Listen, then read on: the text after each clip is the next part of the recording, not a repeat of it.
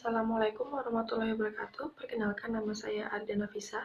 Pada kesempatan kali ini, saya akan mempresentasikan makalah saya yang berjudul Kurikulum Pendidikan Seni Rupa dalam Perspektif Sejarah.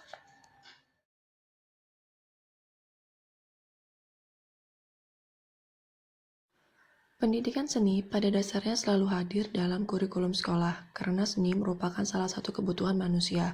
Menurut Pratt tahun 1980 menyatakan bahwa dalam menyusun kurikulum sebaiknya melibatkan 5 kebutuhan manusia, yaitu need for self, actualization, need for meaning, social need, and survival needs. Pernyataan tersebut menjelaskan bahwa kebutuhan estetik menjadi bagian yang esensial pada kurikulum di sekolah sehingga menjadi sebuah kewajiban untuk dilaksanakan di sekolah-sekolah. Pada tahun 1889, Parlemen menetapkan bahwa menggambar menjadi mata pelajaran wajib dan dimasukkan ke dalam kurikulum sekolah sebagai mata pelajaran ilmu bangun. Fungsi dari mata pelajaran ini untuk menunjang kemampuan sumber daya manusia dalam bidang ketukangan industri yang ada di masyarakat. Adapun tujuan dari mata pelajaran ini agar siswa dapat memiliki keterampilan dalam membuat gambar yang berkaitan dengan industri kecil yang ada di masyarakat.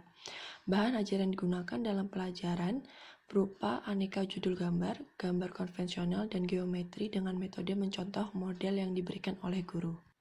Materi pelajaran ini mencontoh objek gambar dari buku pegangan guru.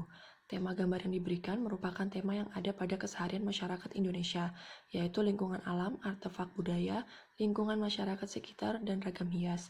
Pembelajaran yang dilakukan dengan cara guru memberikan contoh yang sesuai pada buku, lalu diikuti oleh siswa dengan menerapkan gambar yang sama. Dari fungsi praktis yang bertujuan agar anak-anak didik memiliki kemampuan ketukangan menjadi fungsi yang memiliki tujuan untuk pengembangan perasaan, terutama pada rasa estetik dan seni tradisional. Isi dari bahan ajarnya berupa pengenalan dan kepedulian anak didik terhadap objek-objek estetik dan hasil seni rakyat melalui kegiatan gambar, alam, ataupun benda budaya. Bahan ajar ini kemudian diseleksi sesuai dengan tingkat kesulitan, bentuk mulai dari yang mudah hingga yang sulit.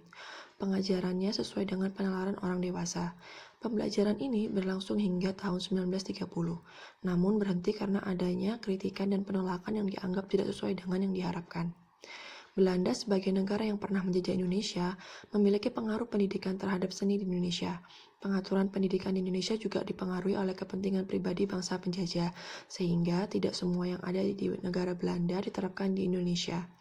Itulah sebab pelajaran menggambar baru muncul di kurikulum sekolah Indonesia, khususnya pada saat menjelang tumbangnya Hindia Belanda atas Indonesia ke negeri Jepang.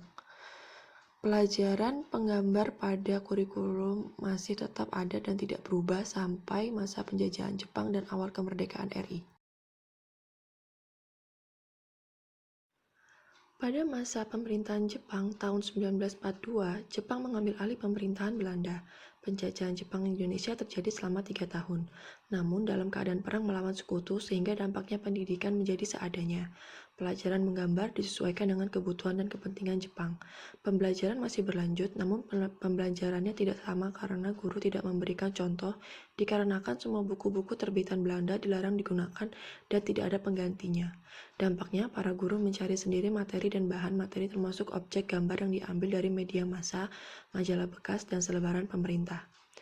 Objek yang digambar masih berbau perang seperti kerja bakti, alat-alat perang, kendaraan perang, mesin-mesin perang, dan tokoh-tokoh tentara. Pelajaran menggambar memberikan kebebasan kepada siswa untuk memilih objek yang digambar. Pelajaran ini juga tidak memaksa ataupun mengikat para siswa. Terkadang, pelajaran menggambar digunakan untuk pelajaran oleh guru lain ataupun kegiatan lain. Awal kemerdekaan tahun 1945 hingga 1960, Indonesia masih berusaha untuk mempertahankan kemerdekaan dan melawan Belanda. Perjuangan mempertahankan kemerdekaan bangsa Indonesia didukung oleh penggalangan kekuatan massa dengan berbagai cara, di antaranya melalui media dan pendidikan. Di sekolah ditanamkan semangat juang melalui lagu-lagu perjuangan, baris berbaris, menggambar poster yang mencontoh dari poster pemerintah yang anti penjajah. Pelajaran menggambar pada masa ini sama dengan masa penjajahan Jepang, hanya saja penggunaan buku-buku terbitan Belanda tidak dilarang. Setelah tahun 50-an, Buku mata pelajaran menggambar yang digunakan sudah tidak sesuai dengan tuntutan klasik, melainkan untuk tuntutan reformasi. Ada jenis lain yang digunakan dalam buku pegangan guru, disesuaikan dengan tuntutan reformasi, yaitu menggambar sesuka hati dan menggambar fantasi. Siswa dapat menggambar sesuka hati dan memberikan kesempatan untuk menggambarkan objek gabungan dari yang pernah digambar. Kedua jenis gambar ini memenuhi kebutuhan dan minat siswa, dan dengan begitu mata pelajaran menggambar disebut sebagai pelajaran ekspresi. Pendidikan seni awal periode tahun 1960 hingga 1970. Pemerintahan Belanda telah berakhir, namun pengaruh yang ditinggalkan pada bidang umum, khususnya seni, masih berjalan terus sampai akhir tahun 60-an. Hal ini dikarenakan masih banyaknya penggunaan buku terbitan Belanda dari sejumlah lembaga pendidikan. Sementara itu, pakar bangsa Indonesia yang belajar di Amerika mulai berdatangan. Dari sini banyak muncul buku-buku terbitan Amerika ke Indonesia, antara lain Education Through Art oleh Herbert Reed tahun 1942, Creative and Mental Growth dari karangan Lowenfeld tahun 1947, dan Art as Experience karangan Dewey tahun 1930. Dengan kondisi ini terdapat banyak campuran pengaruh, tetapi semakin lama pengaruh Belanda menghilang dan muncul pengaruh Amerika dengan mengubah pelajaran menggambar menjadi pelajaran seni rupa. Begitu juga dengan sebutan pelajaran menyanyi menjadi seni musik. Pendidikan seni pada awal periode tahun 1960 hingga tahun 1970 masih menggunakan buku terbitan Belanda dan Amerika. Kedua buku ini pada dasarnya memiliki konsep yang sama, yaitu kehadiran seni rupa di Indonesia ini berfungsi untuk membantu siswa dalam masa pertumbuhan dan perkembangan, sehingga seni bertujuan untuk mengungkapkan diri. Sehingga hasil belajar itu menjadi keutamaan untuk mengembangkan dan menumbuhkan jiwa ataupun potensi yang ada pada diri siswa. Potensi yang dimaksud di sini adalah kepribadian, kreativitas, dan impuls estetik.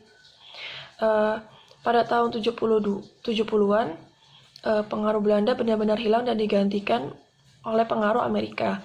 Hal ini terjadi karena pemikiran dari Dewey, Herbert Reed, dan Lowenfeld menjadi landasan dalam program-program pendidikan seni.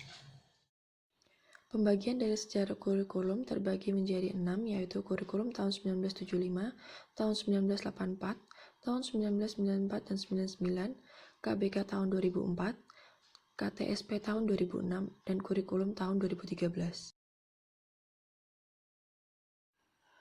Kurikulum tahun 1975 menekankan pada tujuan agar pendidikan lebih efektif dan efisien. Lahirnya kurikulum ini karena adanya pengaruh konsep di bidang manajemen by objektif yang terkenal pada saat itu adalah metode materi. Tujuan pengajaran dalam prosedur pengembangan sistem instruksional yang dikenal sebagai satuan pelajaran, yaitu rencana pelajaran di setiap satuan bahasan dirinci menjadi tujuan instruksional umum, tujuan instruksional khusus, alat pengajaran, kegiatan belajar mengajar, dan evaluasi. Kurikulum tahun 1975 menjadi bahan kritikan karena guru fokus dengan menulis rincian yang akan dicapai pada setiap pembelajaran. Dalam kurikulum ini, pendidikan kesenian meliputi bidang seni rupa dan seni musik. Kurikulum tahun 1975 menggunakan pendekatan sistem dalam desain instruksional. Desain instruksional ini atau rancangan pengajaran terdiri dari beberapa komponen, yaitu TIU, TIK, KBM, dan evaluasi. Hal ini dirancang untuk mencakup ranah kognitif, psikomotorik, dan afektif. Di sini dalam khususnya bidang seni, agar bidang seni menjadi disiplin ilmu yang bisa dipelajari. Sebagaimana pelajaran lainnya seperti pelajaran IPA, pembelajaran dimulai dengan penyajian teori lalu praktek. Adapun bahan ajar yang digunakan bervariasi, antara lain yaitu dengan fakta, konsep, prinsip, dan prosedur, yaitu meliputi adanya sejarah, seni, kritik seni, estetika, dan studio praktek. Kurikulum tahun 1984. Pada awalnya, tahun 1975, kurikulum sekolah dikenal dengan nama mata pelajaran seni menggambar dan seni suara. Pembaruan terdapat pada kurikulum tahun 1984 dengan menyempurnakan kurikulum tahun 1975. Hal ini dibuktikan dengan pergantian nama pelajaran seni menjadi pendidikan kesenian. Isi bidang studi pendidikan kesenian ini merupakan penggabungan dari menggambar dan seni suara, ditambah dengan sub seni baru yaitu tari dan teater. Pembaruan kurikulum tahun 1984 dengan digunakannya Undang-Undang Sistem Pendidikan Nasional sebagai dasar dari pembuatan kurikulum. Kurikulum tahun 1994 merupakan hasil upaya untuk memadukan kurikulum-kurikulum sebelumnya, terutama kurikulum tahun 1975 dan 1984. Namun perpaduan antara tujuan dengan proses masih belum berhasil. Penerapannya masih menjadi beban siswa dari muatan nasional hingga lokal. Kurikulum tahun 1994 menggunakan integrated learning atau pembelajaran terpadu antar cabang seni. Nama pendidikan seni juga berubah menjadi kerajinan tangan dan kesenian. Pengajaran terpadu pada kerajinan tangan dan kesenian ini memiliki muatan serta wawasan kedaerahan. Materi ajaran digunakan sesuai dengan kebutuhan daerah masing-masing, karena diharapkan guru dan siswa mampu mengenali, mengerti, memahami, dan menggali seni kerajinan, bahasa daerah, keterampilan daerah, dan lainnya yang ada di sekitarnya. Sesuai dengan perkembangan dan tuntutan di lapangan, perkembangan kurikulum tahun 1994 lahir menjadi upaya untuk merevisi dan melengkapi kekurangan yang terdapat pada kurikulum sebelumnya. Namun, terdapat perubahan saat kejatuhan rezim Soeharto pada tahun 1998, yang akhirnya diikuti kehadiran suplemen kurikulum tahun 1999. Kurikulum tahun 1999 tidak terdapat perubahan yang spesifik, hanya mengganti atau menambah materi pelajaran saja. Tujuan dari pengajaran kurikulum ini yaitu lebih berorientasi kepada materi pelajaran dan keterampilan menyelesaikan soal dan pemecahan masalah. Kurikulum berbasis kompetensi atau KBK tahun 2004. Kurikulum ini memberikan sekolah kewenangan untuk membuat silabus yang diinginkan sesuai dengan kebutuhan sekolah ataupun siswa. Kurikulum tahun 2004 ini lebih menekankan kepada kompetensi siswa, baik secara individu maupun klasikal, yang berorientasi pada hasil belajar dan keberagaman. Kegiatan pembelajaran menggunakan metode yang variatif, dan sumber belajar tidak hanya dari guru, tetapi dari berbagai sumber yang memiliki unsur edukatif. Penilaian yang digunakan juga adalah proses dan hasil pembelajaran dalam upaya penguasaan ataupun pencapaian suatu kompetensi. Mata pelajaran kesenian pada kurikulum tahun 2004 menjadi inti pengembangan dalam kemampuan di bidang estetika yang memiliki peran potensial dalam mendukung dan mewujudkan kepribadian manusia. Kurikulum ini juga memiliki peran dalam membentuk pribadi siswa secara harmonis dalam logika, rasa estetik, dan artistik, dan etikanya untuk mencapai kecerdasan EQ, IQ, AQ, CQ, dan SQ. Pendidikan seni memiliki peran dalam mengembangkan kreativitas, kepekaan rasa, dan indrawi, serta kemampuan berkesenian melalui pendekatan belajar seni, melalui seni dan belajar tentang seni. Pendidikan seni kurikulum tahun 2004 mencakup semua aktivitas fisik dan rasa estetik yang tertuang pada kegiatan berekspresi, bereksplorasi, berapresiasi, dan berkreasi melalui bahasa rupa, bunyi, gerak, dan peran. Pada masing-masing bidang mencakup materi yang sesuai dengan bidangnya dan aktivitas tentang gagasan seni, keterampilan berkarya, serta apresiasi yang memperhatikan konteks budaya. Kurikulum tahun 2004 cenderung menggunakan gabungan pendekatan disiplin ilmu berbasis anak dan multikultural. Kurikulum Tingkat Satuan Pendidikan atau KTSP 2006 pada dasarnya sama dengan kurikulum tahun 2004. Perbedaan yang menonjol terletak pada kewenangan dalam penyusunannya, yaitu mengacu pada jiwa dari desentralisasi sistem pendidikan. Pada kurikulum tahun 2006, pemerintah telah menetapkan standar kompetensi dan kompetensi dasar. Sekolah dan guru dituntut untuk mampu mengembangkan dalam bentuk silabus dan penilaiannya sesuai dengan kondisi sekolah dan daerahnya. Penyusunan KTSP menjadi tanggungan sekolah di bawah binaan atau pemantauan Dinas Pendidikan Daerah dan Wilayah setempat. Pada mata pelajaran pendidikan seni berubah menjadi mata pelajaran seni budaya dan keterampilan.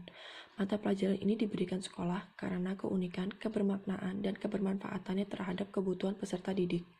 Pemberian pengalaman estetik dalam bentuk ekspresi, berkreasi, dan bereksplorasi menjadi manfaat dan makna bagi peserta didik. Kurikulum 2013 merupakan kurikulum yang berbasis kompetensi yang diterapkan pemerintah untuk meningkatkan mutu pendidikan Indonesia yang berkarakter. Tujuan dari kurikulum 2013 dapat tercapai dan sangat ditentukan oleh guru karena guru merupakan faktor penting yang memiliki pengaruh besar dalam menentukan berhasil atau tidaknya peserta didik. Guru tidak hanya menyampaikan informasi kepada peserta didik, tapi juga harus kreatif dalam memberikan layanan dan kemudahan belajar bagi siswa. Pendidikan seni pada kurikulum tahun 2013 memiliki peran untuk menjadikan siswa sebagai generasi penerus bangsa yang produktif, kreatif, inovatif, dan afektif, melalui pengamatan sikap, keterampilan, dan pengetahuan yang terintegrasi. Selanjutnya yaitu uraian organisasi kurikulum. Organisasi kurikulum merupakan pola atau desain bahan kurikulum yang tujuannya untuk mempermudah siswa dalam mempelajari bahan pelajaran sehingga dapat dicapai secara efektif. Organisasi kurikulum sangat mempengaruhi bentuk-bentuk pengalaman apakah yang akan disajikan kepada anak-anak, dan tentunya akan mempermudah dalam mencapai tujuan pendidikan.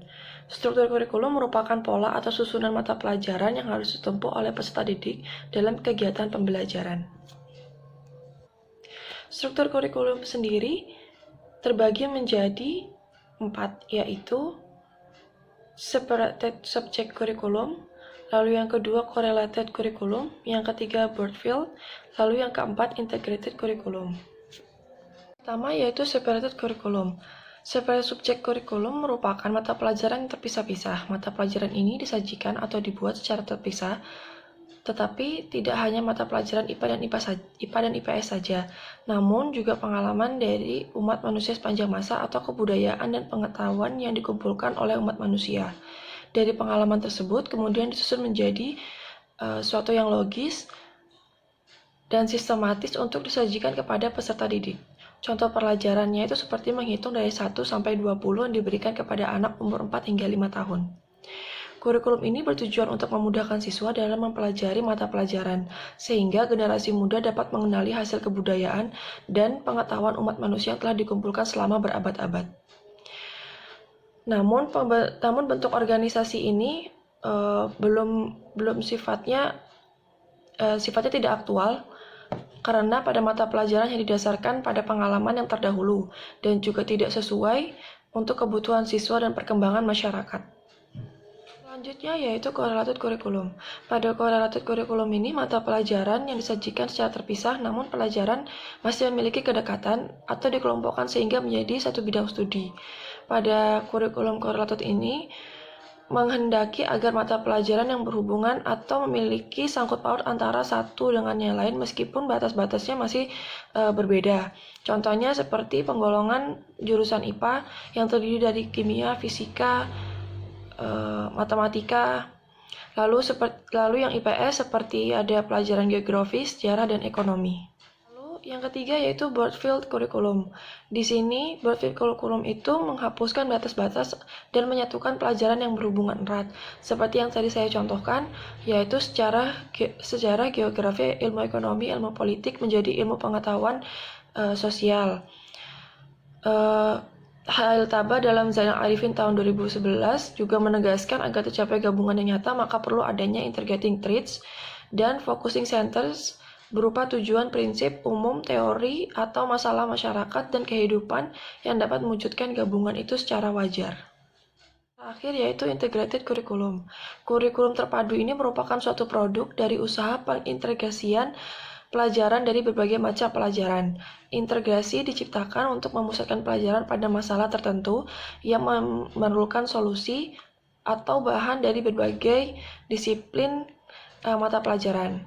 Organisasi kurikulum ini tidak menampilkan nama mata pelajarannya atau bidang studinya, namun masalah tersebut dibuat atau dinamakan sesuai dengan tema dan unitnya. Dengan adanya kurikulum ini diharapkan mampu membentuk kepribadian peserta didik yang integral atau selaras dengan kehidupan yang ada di lingkungannya. Presentasi dari saya, jika ada yang ingin tanyakan silakan tinggalkan pertanyaan di kolom komentar. Terima kasih. Assalamualaikum warahmatullahi wabarakatuh.